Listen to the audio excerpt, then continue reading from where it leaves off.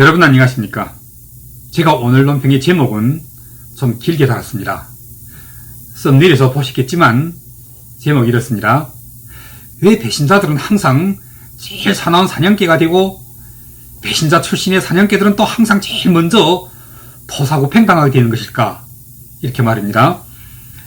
멀리 길게 갈 것도 없이 우리는 그 가장 생생한 실리들을 바로 지난 총선 때 벌써 안철수를 배신하고 국민의당을 탈당하여 오늘의 국힘당으로 배를 갈아탔던 당시에 그 김근식, 김철근, 장진영 같은 이런 자들의 모습에서 이미 한번 경험해본 바가 있고 다시 또 이번에 그러니까 이준석의 밑에서 현재 사냥개 노릇을 하고 있는 김철근, 주의삭 같은 자들에게서도 또 구경하고 있잖아요.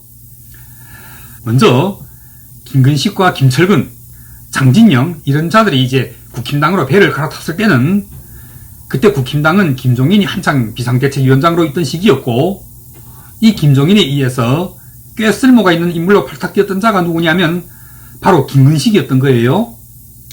그래서 김종인 때는 아직 김철근이나 장진영 같은 자들은 별로 나서지도 못하였고 또 누가 특별히 챙겨주면서 써먹으려고도 하지 않았던 것입니다.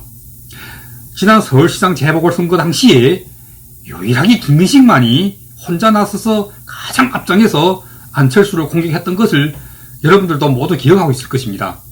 이 김근식이 스스로 알아서 자각적으로 혼자 나서서 김종인을 위해 자기의 옛 주인이었던 안철수에게 공격을 퍼붓던 것인지 아니면 김종인이 직접 또는 간접적으로 종용했는지 이런 건 다 중요하지가 않아요. 항상 보면 옛 주인과 새 주인이 싸울 때 그 새 주인이 원래부터 데리고 있던 부하들보다는 언제나 그 옛 주인에게서 배신하여 새 주인에게로 온 지 아직은 시간이 얼마 안 되는 말하자면 그 배신자들이 가장 먼저 그리고 가장 앞장에서 자기의 옛 주인을 물어뜯지 않으면 안 되는 것입니다.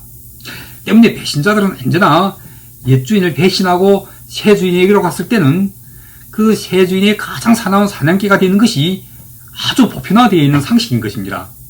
왜냐하면 그 새 주인의 원래 부하들은 이 배신자들처럼 그렇게 미친 듯이 날뛰지 않아도 주인에게서 사랑을 잃을 일이 별로 없지만 새롭게 배신하여 온 자들에게 있어서는 이건 그냥 사랑을 잃고 귀여움을 덜 받거나 또는 말거나 하는 그런 문제가 아니기 때문인 것입니다.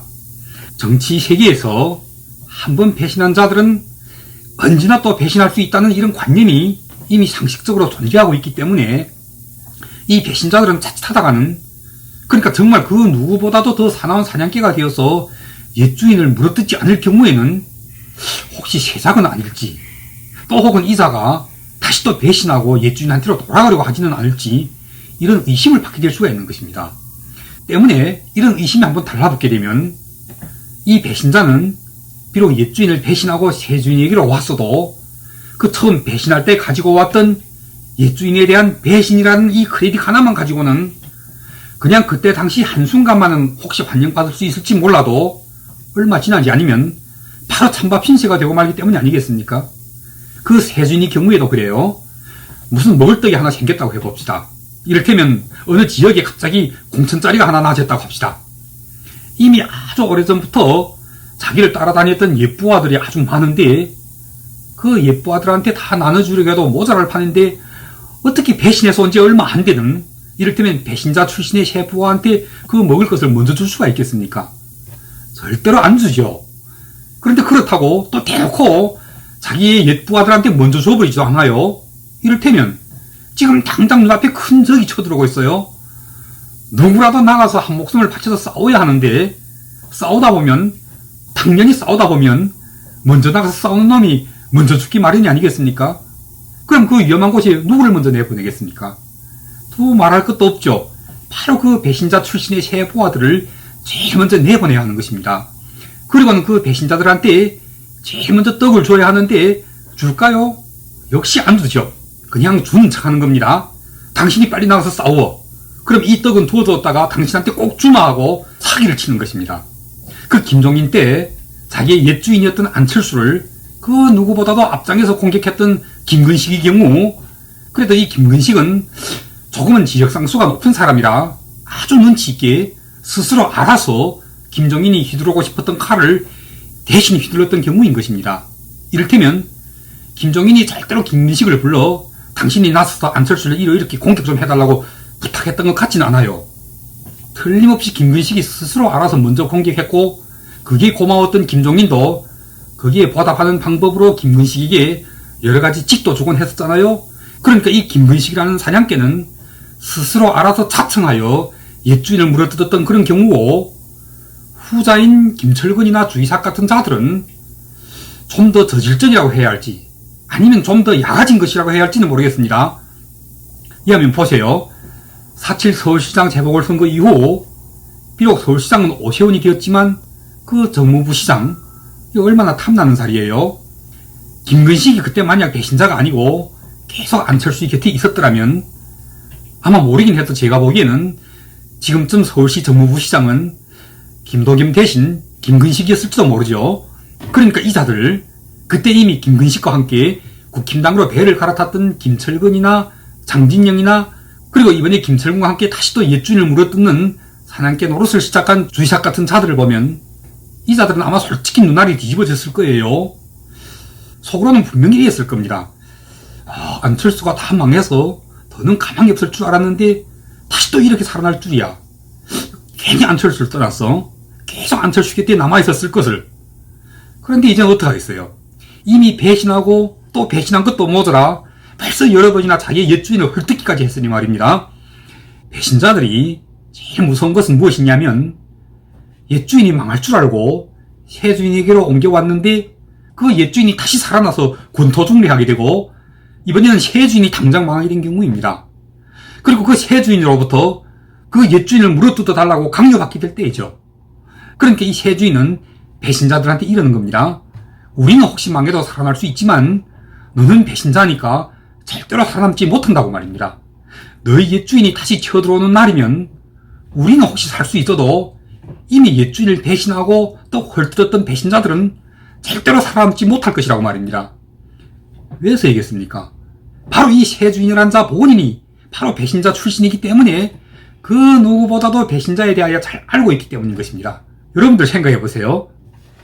정말 만에 하나라도 안철수와 윤석열이 사이에서 단일화가 되어 안철수가 대통령이 되든 아니면 윤석열이 대통령이 되건 그래서 둘 중에 어느 하나는 실제 국무총리가 되었다고 칩시다. 그리고 나아가 국민의당과 국힘당이 합당까지 되었다고 칩시다. 이건 그냥 만에 하나 가설입니다만은 그렇게 되면 여기에 그 김근식이나 김철근이나 장진영이나 주의삭이나 이런 배신자들이 발을 붙이고 설 자리가 어디 있겠습니까? 옛주인도 새주인도 이 자들을 사람 취급이나 하겠습니까?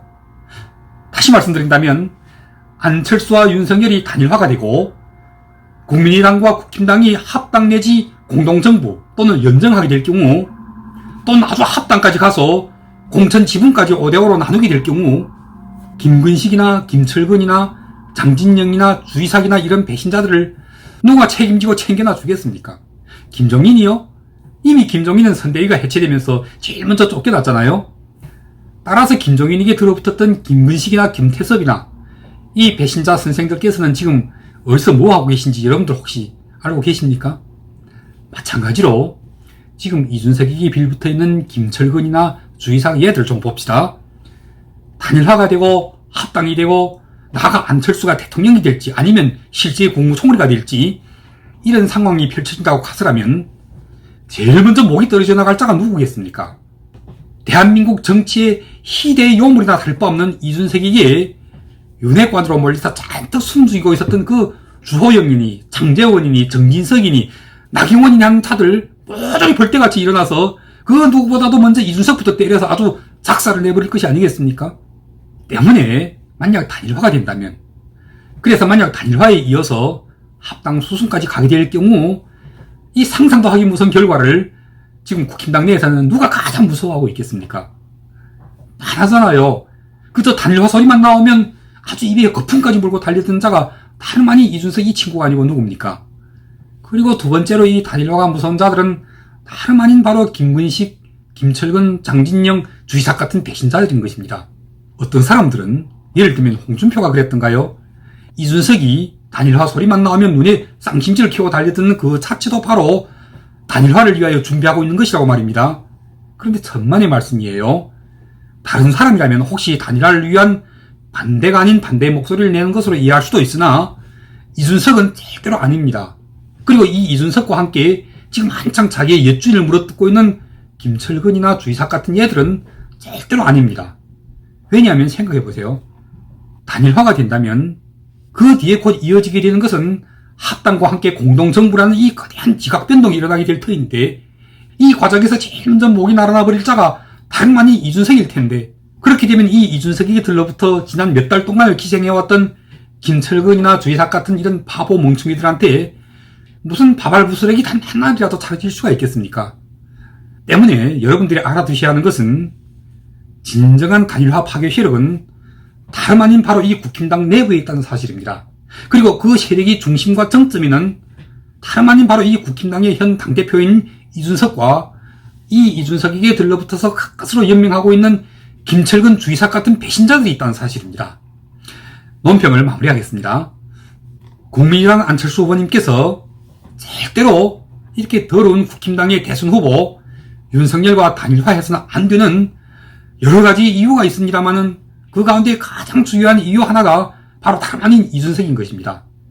이 이준석에 대해서 이자가 다시 한번 또 이상한 소리를 제치곤 할 때는 그땐 정말 따끔하게 아주 당 차원에서 한번 이렇게 경고를 해줄 필요가 있을 것입니다. 이렇게 말입니다. 이준석 국민의힘 당대표는 남의 당 후보에 대하여 이러쿵저러쿵 시비하기에 앞서 무엇보다도 자신이 성상납 식스 스캔으로 검찰에까지 고발되어 있는 상황에서 자신의 리스크부터 해결하는 것이 가장 먼저 해야 할 일이 아닌가라고 말입니다. 생각해 보십시오. 정말 더럽고도 지저분하기를 더 이를 데가 없는 이재명이나 윤석열에 비해서 안철수 후보님의 가장 뛰어난 강점이 다름 아닌 바로 도덕성이잖아요. 때문에 다시 한번 이준석이라는 이자가 단일화니 간일화니 따위의 헛소리를 제치고 날 때면 국민의당 선대위에서 직접 대변인의 논평으로 이렇게 질책해 주실 것을 요청합니다. 국민의힘 이준석 당대표는 성상납 금품수수 의혹으로 검찰에 고발까지 되어 있는 상황에서 그 더러운 입에 함부로 단일화니 간일화니 하고 올릴 자격이 있는지부터 돌아봐야 한다. 이렇게 말입니다. 그리고 또 이준석 당대표는 자신의 그 나쁜 형상이 자기 당이 대선 후보에게 끼칠 위해에 대해서 먼저 걱정하는 것이 도리가 아닐까 하고 말입니다. 마지막으로 한마디만 더 말씀드린다면 지금까지 계속 안철수 후보님을 지지하고 성원해오고 있는 우리 지지자들은 모두 절대로 김근식이나 김철근이나 장진영이나 주이삭 같은 이런 더러운 배신자가 되지 맙시다. 한번 배신자가 되면 영원한 배신자가 되는 것은 물론이고 그 더러운 배신자 딱지는 그 자신이 인생에서 절대로 쉽게 사라져 주지를 않습니다. 이미 한번 배신자가 되어 조상을 쳐다볼 수 없게 된 것도 모자라 다시 또 잘하고 있는 자기 후대들한테까지도 얼굴을 쳐들지 못하게 될 수가 있는 것입니다. 그럼 오늘 방송은 여기까지 하겠습니다. 아주 빠른 시간 내에 다시 또 찾아뵙겠습니다. 감사합니다.